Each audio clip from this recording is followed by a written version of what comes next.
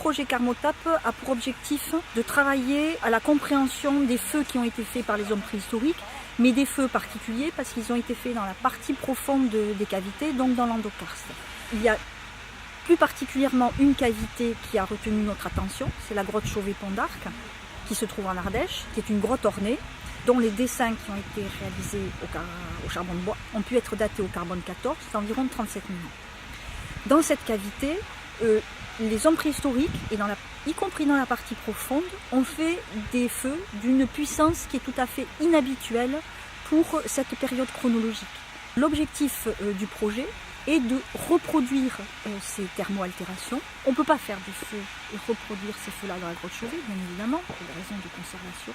Donc on se situe ici dans une carrière souterraine qui est à proximité de Bordeaux et dans laquelle on va faire ces expériences.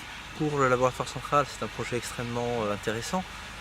Alors c'est très atypique forcément, puisqu'on n'a pas l'habitude de mener des enquêtes sur des incendies qui ont pu se produire il y a 40 000 ans. Mais au départ, c'est une enquête après incendie. Donc la question, c'est avec les éléments matériels, qu'est-ce qu'on peut reconstruire du scénario originel sur la base des éléments matériels restants. Et parmi ces éléments matériels restants, les suies sont un élément majeur.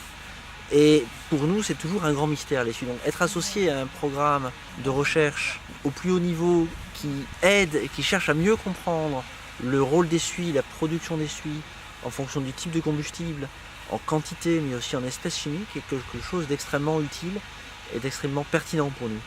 Par ailleurs, c'est aussi des incendies dans des zones extrêmement confinées, comme on peut aussi en voir dans les situation, si j'ose dire, de tous les jours, un feu de parking souterrain, un feu de cave, c'est pas sans lien en type d'alimentation en air, et donc on a des dynamiques assez proches, et tout ça, ça participe à notre construction d'une image de la manière dont on peut comprendre comment s'est passé un feu sur la base des dégradations qu'il a laissées.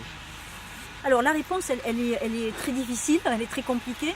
Dans ce domaine-là, nous avons l'habitude parfois d'être assez frustrés, c'est-à-dire que finalement, on pose des hypothèses, on les discute, mais peut-être qu'on n'aura pas la réponse.